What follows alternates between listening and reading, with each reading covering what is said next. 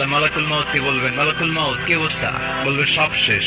মাইয়াব্বা, কে বাকি? মালাকুল মাউত বলবে জিনেরা বাকি, যাদেরকে দেখা যায় না। আল্লাহ বলবেন জিনদেরকেও শেষ করে ফেলো, রূহ কবজ করো। মালাকুল মাউত আজরাইল জিনদের রূহ কবজ করবে। আল্লাহ এবার জিজ্ঞেস করবে, ইয়া মালাকাল মাউত আখবিরনি মাইয়াব্বা, এবার বলো আর কে বাকি? মালাকুল মাউত বলবে, আল্লাহ মানুষগুলো সব শেষ, জিনগুলাও শেষ, এবার বাকি ইবলিস শয়তান। কে বাকি?